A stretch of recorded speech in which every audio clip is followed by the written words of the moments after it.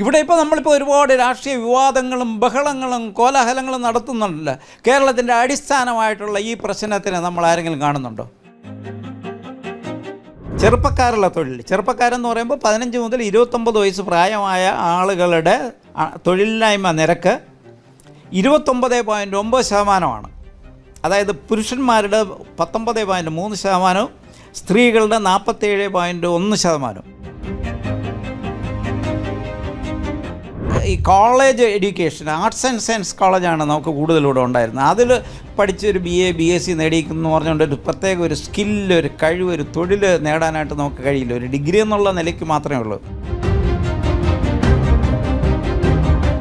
മെച്ചപ്പെട്ട ഒരു വരുമാനം ഈ അടുത്ത കാലത്ത് ഇപ്പോൾ തൊഴിലെന്നൊക്കെ പറഞ്ഞാൽ ഇപ്പോൾ ചില വലിയ കമ്പനികളിൽ ജോലി ചെയ്ത് രാത്രി മുഴുവനും ജോലി ചെയ്ത് മരിക്കുന്ന ഒരവസ്ഥയുണ്ട്. അതല്ല ഞാൻ ഉദ്ദേശിക്കുന്നത്.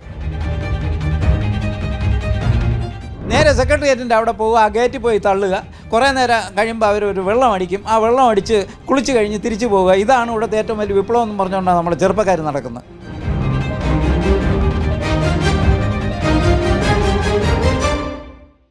നമസ്കാരം. ഇക്കഴിഞ്ഞ കുറച്ച് മണിക്കൂറുകൾക്ക് മുൻപാണ് പീരിയോഡിക് ലേബർ സർവേ ഫോഴ്സിൻ്റെ ഒരു ഏറ്റവും പ്രധാനപ്പെട്ട ഒരു ഞെട്ടിപ്പിക്കുന്ന ഒരു റിപ്പോർട്ട് പുറത്തു വന്നത്. അതായത് യുവാക്കൾക്കിടയിലെ തൊഴിലില്ലായ്മ വർദ്ധിച്ചുകൊണ്ടിരിക്കുന്നു. അതായത് ഈ റിപ്പോർട്ടിൽ പ്രധാനമായും പ്രതിപാദിക്കുന്നത് കേരളത്തിൽ യുവാക്കൾക്കിടയിലുള്ള തൊഴിലില്ലായ്മ വർദ്ധിക്കുന്നു. കേരളം 1ാം സ്ഥാനത്താണ് എന്നുള്ള റിപ്പോർട്ടാണ് പുറത്തു വന്നിരിക്കുന്നത്. ഈ ഒരു വിഷയവുമായി ബന്ധപ്പെട്ട് നമ്മളോട് ഇന്ന് പ്രതികരിക്കുകയാണ് 5ാം ധനകാര്യ കമ്മീഷൻ അധ്യക്ഷനും സാമ്പത്തിക വിദഗ്ധൻ കൂടിയായ ഡോക്ടർ BA പ്രകാശ്. സർ, വലിയ ഒരു ഞെട്ടിപ്പിക്കുന്ന ഒരു റിപ്പോർട്ടാണ്. എങ്ങനെ വിലയിരുത്തുന്നു? തീർച്ചയായും. അതായത് ഈ കേരളത്തിൻ്റെ അഭ്യസ്ത വിദ്യരുടെ തൊഴിലില്ലായ്മയും പൊതുവിലുള്ള തൊഴിലില്ലായ്മയും പറ്റി പല പഠനങ്ങളും നടത്തിയിട്ടുള്ള ഒരാളാണ് ഞാൻ. അടുത്തല്ല, കുറേ മുമ്പ്. ഈ കേരളത്തിൻ്റെ പ്രത്യേകിച്ച് ചെറുപ്പക്കാരുടെ തൊഴിലില്ലായ്മ വളരെ ഗൗരവമായിട്ടുള്ള ഒരു പ്രശ്നമാണ്. ഇന്നല്ല, പല വർഷങ്ങളായിട്ട് 80കളിൽ ഞാൻ ആ മേഖലയിൽ ചില പഠനങ്ങൾ കൂടുതൽ നടത്തിയിട്ടുണ്ട്. എന്നാലും ഈ തൊഴിലില്ലായ്മ വളരെ ഒരു കേരളത്തിൽ ഏറ്റവും അടിസ്ഥാനപരമായിട്ടുള്ള ഒരു പ്രശ്നമാണ്. ഇപ്പോൾ കഴിഞ്ഞ ആഴ്ച പ്രസിദ്ധീകരിച്ച പീരിയോഡിക് ലേബർ ഫോഴ്സ് സർവേ, അതിപ്പോൾ കേന്ദ്ര സർക്കാർ നടത്തുന്ന ദേശീയ വ്യാപകമായി നടത്തുന്ന ഒരു സർവേയാണ്. അതിൽ ഈ കഴിഞ്ഞ ഒരു വർഷത്തിനിടയിൽ വന്നിരിക്കുന്ന ഉള്ള കണക്കുകളുടെ വെളിച്ചത്തിൽ എത്രത്തോളമാണ് ഈ തൊഴിലില്ലായ്മ എന്നുള്ളതിനെപ്പറ്റി വന്നിട്ടുണ്ട്. ഈ തൊഴിലില്ലായ്മ നിരക്കാണ് തൊഴിലില്ലായ്മയെപ്പറ്റി പറയുന്ന ഒരു കണക്കാണ്, അൺഎംപ്ലോയ്മെൻറ്റ് റേറ്റ് എന്ന് പറയും. അതായത് തൊഴിൽ സേനയുടെ ലേബർ ഫോഴ്സിൻ്റെ അതിൽ എത്ര ശതമാനം ആളുകളാണ് തൊഴിലില്ലാത്തവർ ആണ് എന്നുള്ളതാണ്. ലേബർ ഫോഴ്സ് എന്ന് ഉദ്ദേശിക്കുന്നത് തൊഴിൽ ചെയ്യാൻ താല്പര്യമുള്ള ആളുകളും അതോടൊപ്പം തന്നെ ഒരു പ്രത്യേക ഏജ് ഗ്രൂപ്പിൽ വരുന്ന ആളുകളുമാണ്. അതിൽ എത്രത്തോളം ആളുകൾക്ക് തൊഴിലില്ലാത്തവരായിട്ടുണ്ട് എന്നുള്ളതാണ് അൺഎംപ്ലോയ്മെൻറ്റ് റേറ്റ്. ഇവിടെ ഇപ്പോൾ പ്രസിദ്ധീകരിച്ചിരിക്കുന്ന ഈ കണക്കനുസരിച്ച് എനിക്ക് തോന്നുന്നു കേരള ചരിത്രത്തിൽ ഇത്രയും വലിയ ഒരു തൊഴിലില്ലായ്മ, പ്രത്യേകിച്ച് അഭ്യസ്ത വിദ്യരുടെ തൊഴിലില്ലായ്മ ഇതുവരെ ഉണ്ടായിട്ടില്ലെന്നാണ് എനിക്ക് തോന്നുന്നത്. ഈ കണക്കുകൾ ഇങ്ങനെയാണ്. അതായത് കേരളത്തിലെ ചെറുപ്പക്കാരുള്ള ചെറുപ്പക്കാരെന്ന് പറയുമ്പോൾ 15 മുതൽ 29 വയസ്സ് പ്രായമായ ആളുകളുടെ തൊഴിലില്ലായ്മ നിരക്ക് 29.9%. അതായത് പുരുഷന്മാരുടെ 19.3%, സ്ത്രീകളുടെ 47.1%. എന്ന് പറഞ്ഞാൽ നമ്മുടെ വനിതകളുടെ ഏതാണ്ട് പകുതിയോളവും 47% 15 മുതൽ 29 വയസ്സായ ആളുകളുടെ തൊഴിൽ സേനയിൽ തൊഴിലില്ലാത്തവരാണെന്നുള്ളതാണ്. പുരുഷന്മാർ 19%, സ്ത്രീകൾ 47%, മൊത്തം ഏതാണ്ട് 30%. ഇത്രയും രൂക്ഷമായിട്ടുള്ള ഒരു തൊഴിലില്ലായ്മ, ഇതിനെപ്പറ്റി ഈ അടുത്ത കാലത്തെങ്ങാനും ആരെങ്കിലും ചർച്ച ചെയ്യുന്നുണ്ടോ? കേരളത്തിൽ ഏതെങ്കിലും ഒരു രാഷ്ട്രീയ പാർട്ടി ചർച്ച ചെയ്യുന്നുണ്ടോ? അല്ലെങ്കിൽ ഏതെങ്കിലും ഒരു യുവജന സംഘടനകൾ ചർച്ച ചെയ്യുന്നുണ്ടോ? അല്ലെങ്കിൽ അക്കാഡമിക് രംഗത്ത് പ്രവർത്തിക്കുന്ന ആരെങ്കിലും ചർച്ച ചെയ്യുന്നുണ്ടോ? ഇതൊരു പ്രധാനപ്പെട്ട ഒരു സബ്ജക്റ്റായിട്ട് ആരെങ്കിലും കാണുന്നുണ്ടോ? ഇവിടെ ഇപ്പോൾ നമ്മളിപ്പോൾ ഒരുപാട് രാഷ്ട്രീയ വിവാദങ്ങളും ബഹളങ്ങളും കോലാഹലങ്ങളും നടത്തുന്നുണ്ടല്ലോ. കേരളത്തിൻ്റെ അടിസ്ഥാനമായിട്ടുള്ള ഈ പ്രശ്നത്തിന് നമ്മൾ ആരെങ്കിലും കാണുന്നുണ്ടോ? ഇവിടെ ഇപ്പോൾ പിന്നീട് BAയും MAയും അല്ലെങ്കിൽ എഞ്ചിനീയറിംഗ് ഡിഗ്രിയും നേടിയ ചെറുപ്പക്കാർ ഇവിടെ തൊഴിലില്ലാത്തത് മൂലം സംസ്ഥാനത്ത് നിന്ന് മറ്റ് സംസ്ഥാനങ്ങളിലേക്ക് പലായനം ചെയ്തുകൊണ്ടിരിക്കുന്ന ഒരു സ്ഥിതിവിശേഷമുണ്ട്. ഈ ചെറുപ്പക്കാർക്ക് ഈ തൊഴിലിൽ തീരെ ഇല്ലാത്തതുകൊണ്ട് അവർ മുഴുവനും ഇപ്പോൾ ഡെലിവറി ബോയ്സാണ്. ഈ ചില കണക്കനുസരിച്ച് കേരളത്തിൽ ഏതാണ്ട് ഇപ്പോൾ ഉള്ള ഈ ഡെലിവറി ബോയ്സ് തൊഴിൽ കിട്ടിയിരിക്കുന്ന ഏതാണ്ട് 2 ലക്ഷത്തോളം പേര് ഡെലിവറി ബോയ്സായിട്ട് നടക്കുന്ന ഒരു പരിതാപകരമായ അവസ്ഥ. പഠിച്ച ആളുകളാണ്, എൻജിനീയറിംഗ് പഠിച്ച ആളുകളാണ്, ഡിഗ്രി ഉള്ളവരാണ്, അല്ലെങ്കിൽ മറ്റ് പഠിച്ച ആളുകളാണ്. ഒരു സാധ്യതയുമില്ല, ജീവിക്കണം. അതുകൊണ്ട് അവരെന്ത് ചെയ്യുന്നു? ഡെലിവറി ബോയ്സായിട്ട് പോകുന്നു. കുറേ പേര് എങ്ങനെയെങ്കിലും മറ്റ് സംസ്ഥാനങ്ങളിൽ എങ്ങനെയെങ്കിലും പോയി എങ്ങനെയെങ്കിലും രക്ഷപ്പെടാനായിട്ട് ശ്രമിക്കുന്നു. കുറേ അധികം പേര് വിദേശത്ത് പോകാൻ എങ്ങനെയെങ്കിലും വിദേശത്തേക്ക് പോകണമെന്നുള്ള ഒരു സ്ഥിതിയിലേക്ക് പോകുന്നു. അപ്പോൾ വളരെ മോശപ്പെട്ട ഒരു തൊഴിൽ അന്തരീക്ഷം കേരളത്തിൽ നിലനിൽക്കുന്നു എന്നുള്ളതാണ്. ഇപ്പോൾ കഴിഞ്ഞ ഒരു 2 വർഷത്തിന് മുമ്പ് ഞാൻ ഈ കേരളത്തിലെ ഈ ഗൾഫിൽ നിന്ന് മടങ്ങി വന്ന ഈ തൊഴിലില്ലാത്ത മടങ്ങി വന്ന് നാട്ടിൽ നിൽക്കുന്നവരെ അവരെ ഒരു സർവേ നടത്തിയപ്പോൾ കണ്ട ഒരു കാര്യം, ഏതാണ്ട് 400 പേരോളം അവർ കണ്ടൊരു കാര്യം എന്താണെന്ന് അറിയാം. അവരിവിടെ നാട്ടിൽ വന്നിട്ട് ഇവിടെ എന്തെങ്കിലും ഒരു റെഗുലറായിട്ടുള്ള ഒരു തൊഴിൽ അവർ നേടാൻ ശ്രമിച്ചിട്ട് ആർക്കും കിട്ടുന്നില്ല. അവർ അങ്ങേറ്റം ശ്രമിച്ചിട്ടും കിട്ടുന്നില്ല. ആ കിട്ടാവുന്നുള്ളതെന്ന് പറഞ്ഞു കഴിഞ്ഞാൽ ഈ പിന്നീട് നമ്മളിപ്പോൾ കൺസ്ട്രക്ഷൻ മേഖലയിൽ വർക്കറായിട്ട് പോവുക, അല്ലെങ്കിൽ ഒരു പണം ഉണ്ടെങ്കിൽ ഒരു ഓട്ടോറിക്ഷ മേടിച്ച് കൊടുക്കുക, ഇങ്ങനെയൊക്കെയുള്ള ചില ജോലിയല്ലാതെ റെഗുലറായിട്ടൊരു വാച്ചറായിട്ട് പോലും ഒരു ജോലി കിട്ടാനായിട്ടുള്ള സാധ്യത ഈ മടങ്ങി വന്നവർക്കില്ല. അവർ പറയുന്നത് എന്താണെന്ന് അറിയാം, ഞങ്ങൾക്ക് എങ്ങനെയെങ്കിലും തിരിച്ചു പോയാൽ മതി. കേരളത്തിലെ തൊഴിലില്ലായ്മ ഇത്രയും രൂക്ഷമാണ്. അതായത് ഞങ്ങൾ ഈ കോവിഡ് മൂലം ഇവിടെ നാട്ടിൽ തിരിച്ചു വന്നു. ഇവിടെ ഇപ്പോൾ എന്തെങ്കിലും ഒരു തൊഴിൽ കണ്ടുപിടിച്ച് നിൽക്കാം എന്ന് നമ്മൾ ശ്രമിച്ചു. ഒരു റെഗുലറായിട്ടുള്ള ഒരു തൊഴിലില്ല. ഞങ്ങൾക്ക് എങ്ങനെയെങ്കിലും ഏത് വിധവും തിരിച്ച് വീണ്ടും ഗൾഫിൽ പോകണമെന്നാണ് അവർ പറഞ്ഞത്. ഇതൊരു സർവേയുടെ ഫൈൻഡിങ്ങാണ് ഞാൻ പറഞ്ഞത്. സെൻറ്റർ ഫോർ ഡെവലപ്മെൻറ്റ് സ്റ്റഡീസ് അവർ ഒരു വർക്കിംഗ് പേപ്പറായിട്ട് പബ്ലിഷ് ചെയ്തിട്ടുണ്ട്. അപ്പോൾ അത്രയും മോശമായിട്ടുള്ള ഒരു തൊഴിൽ അന്തരീക്ഷം കേരളത്തിൽ നിലനിൽക്കുന്നു. ഇതിവിടെ ആരെങ്കിലും ചർച്ച ചെയ്യുന്നുണ്ടോ? ഇതല്ലേ ഇവിടെ ചർച്ച ചെയ്യേണ്ട ഒരു കാര്യം. അപ്പോൾ നമ്മുടെ പിന്നീട് നമ്മളിവിടെ ഇപ്പോൾ ഒരുപാട് യുവജന രാഷ്ട്രീയ പാർട്ടികളുടെ യുവജന സംഘടനകളുണ്ടല്ലോ, വലിയ വിപ്ലവക്കാരാണ് അവർ മിണ്ടുന്നുണ്ടോ? ഇവിടെ രാഷ്ട്രീയ പാർട്ടികൾ ആരെങ്കിലും മിണ്ടുന്നുണ്ടോ? വേറെ ആരെങ്കിലും ഇവിടെ മിണ്ടുന്നുണ്ടോ? ഇതല്ലേ ഈ നാട്ടിൻ്റെ ഏതോ അടിസ്ഥാനമായൊരു പ്രശ്നം. സർക്കാരിന് ഈ മേഖലയിൽ എന്തെങ്കിലും ചെയ്യാൻ കഴിയുന്നുണ്ടോ? അപ്പോൾ ഈ കണക്കുകൾ നമ്മളെ കാണിക്കുന്നതെന്ന് പറഞ്ഞു കഴിഞ്ഞാൽ സംസ്ഥാനത്തിൻ്റെ ചെറുപ്പക്കാർ വലിയ ഒരു തകർച്ചയിലേക്ക് നീങ്ങുന്നു എന്നുള്ളതിൻ്റെ വ്യക്തമായ ഒരു സൂചനയാണ് ഈ കണക്കുകളിൽ ഞാൻ കാണുന്നത്. അത് നിസ്സാരമായിട്ട് കാണേണ്ട ഒരു കണക്കായിട്ട് ഞാൻ കാണുന്നില്ല. കേരളം ഏറ്റവും കൂടുതൽ പ്രാധാന്യം കൊടുക്കേണ്ട ഒരു സബ്ജക്റ്റായിട്ടാണ് ഞാനിതിനെ കാണുന്നത്. സർക്കാരോ, അത് സംസ്ഥാന സർക്കാരും അതോടൊപ്പം തന്നെ കേന്ദ്ര സർക്കാരും ഈ ഇഷ്യൂ ഏറ്റവും വലിയൊരു ഗൗരവമായിട്ടുള്ളൊരു ഇഷ്യൂ കാണുകയും അതിന് വേണ്ട നടപടികളിലേക്ക് പോകണം. ഒരുപാട് നടപടികളിലേക്ക് നമുക്കതിന് ചെയ്യാൻ കഴിയും. അതായത് ഇപ്പോൾ ചെറുപ്പക്കാർക്ക് സ്വയം തൊഴിൽ ചെയ്യാനായിട്ടുള്ള അവസരങ്ങൾ ഉണ്ടാക്കി കൊടുക്കുക, അല്ലെങ്കിൽ ബാങ്കിൽ നിന്ന് വായ്പകൾ കൊടുക്കുക, അല്ലെങ്കിൽ മറ്റ് അനുബന്ധ സൗകര്യങ്ങൾ ഉണ്ടാക്കി കൊടുക്കുക, അല്ലെങ്കിൽ മറ്റ് സംസ്ഥാനങ്ങളിലോ വിദേശത്തോ കുടിയേറാൻ പോകുന്നെങ്കിൽ അവരെ സഹായിക്കുക.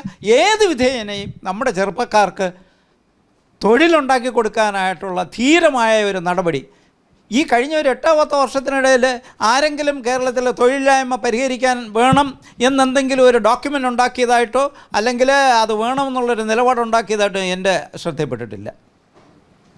ഈ മേഖലയിൽ പ്രവർത്തിക്കുന്ന ആളുകൾ ഒരു പഠനം പോലും നടത്തിയതായിട്ട് ഞാൻ കാണുന്നില്ല. അത്രയും അപ്പോൾ അങ്ങനെയാണ് നമ്മൾ കേരളത്തിൻ്റെ അടിസ്ഥാന പ്രശ്നത്തെപ്പറ്റി നമ്മൾ കാണുന്നത്, നമ്മുടെ സമൂഹം കാണുന്നത്. അതിന് ഞാൻ ഉത്തരവാദി എന്ന് പറയാം, ആ തരത്തിലുള്ള പഠനം നടത്താത്തതിന്.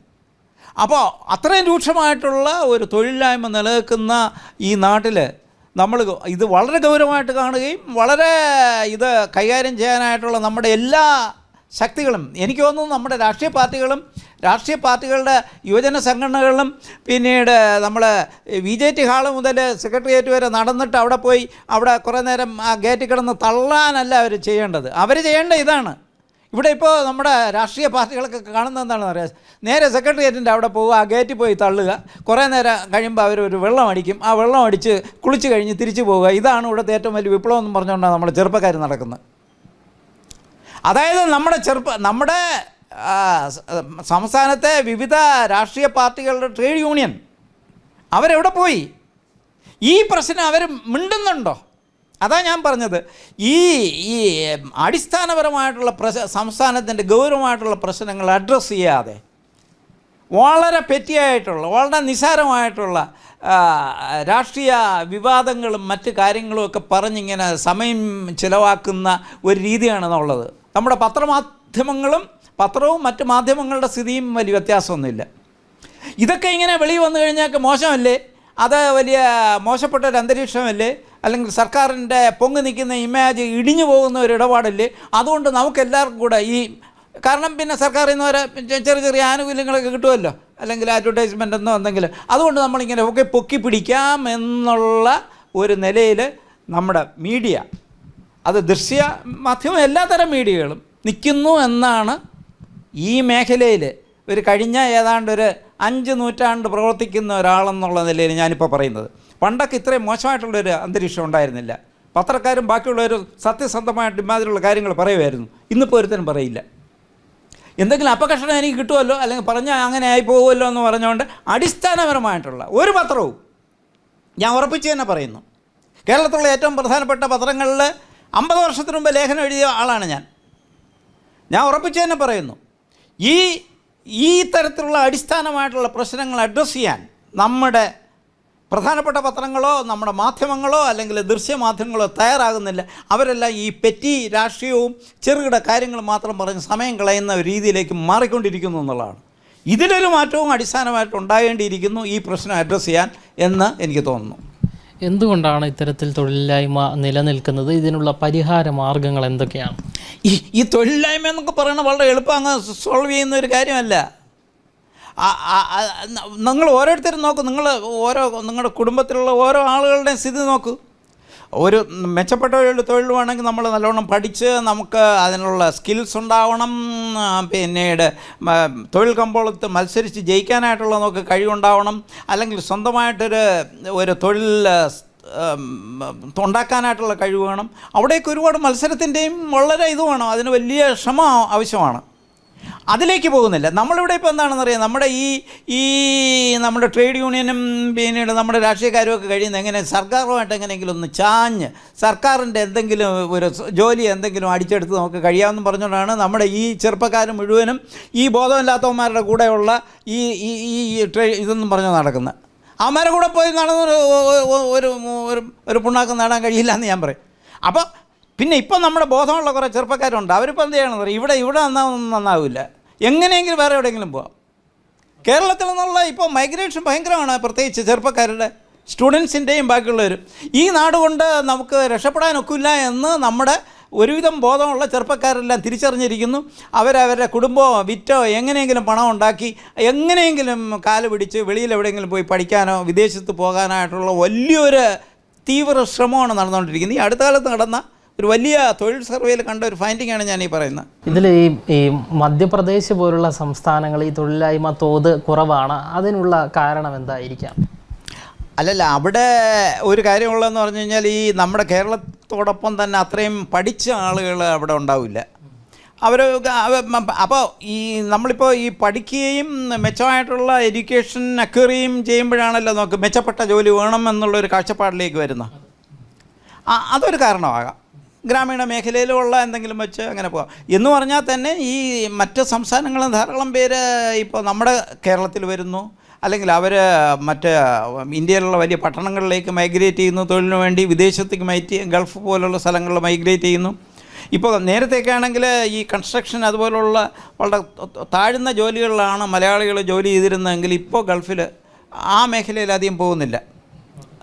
എഡ്യൂക്കേറ്റഡും കുറച്ചുകൂടെ മെച്ചമായിട്ടുള്ള ജോലികളിലേക്ക് പോകുന്നു. എനിക്ക് ഹൗസ് മെയ്ഡായിട്ടുള്ള ആളുകളും ആ ഡൊമസ്റ്റിക് സെക്ടർ ഒഴിച്ച് ഗൾഫിൽ പോലും നമ്മുടെ മലയാളികൾ വളരെ കുറവാണ്.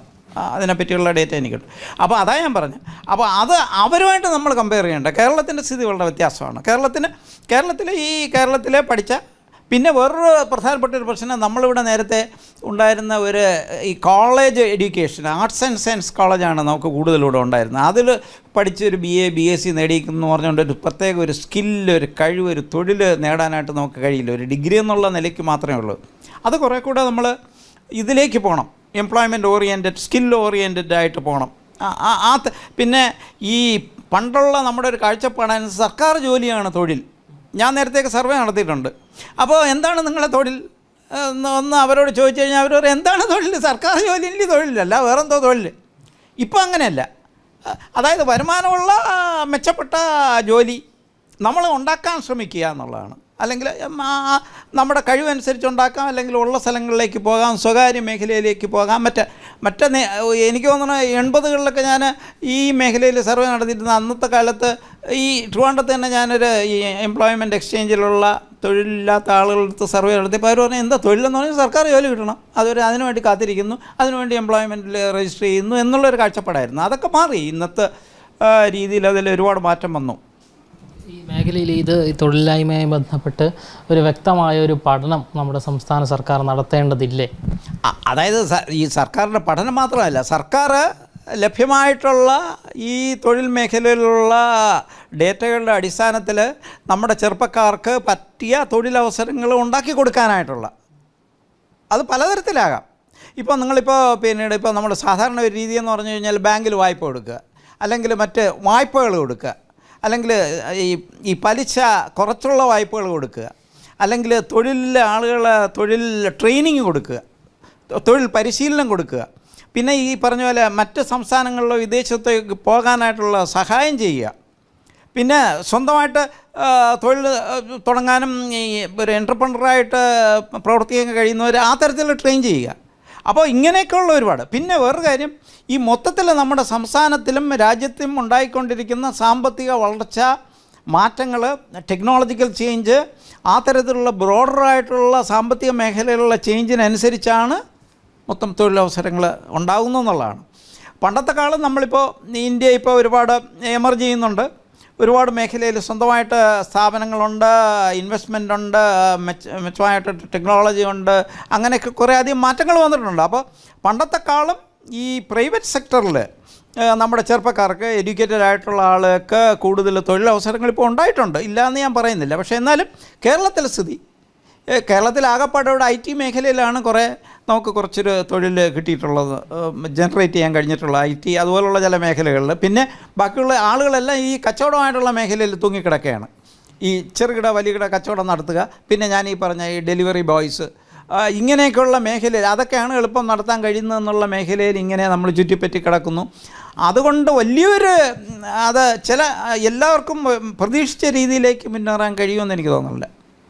ഈ പ്രധാനമായും ഉയരുന്ന ഒരു ആരോപണം, മുൻപേ ഉയരുന്ന ആരോപണമാണ്, അതായത് വ്യവസായത്തെ പ്രോത്സാഹിപ്പിക്കാത്ത ഒരു സംസ്ഥാനമാണ് നമ്മുടേത് എന്ന്, നമ്മുടെ ഗവൺമെൻറ് എന്ന്.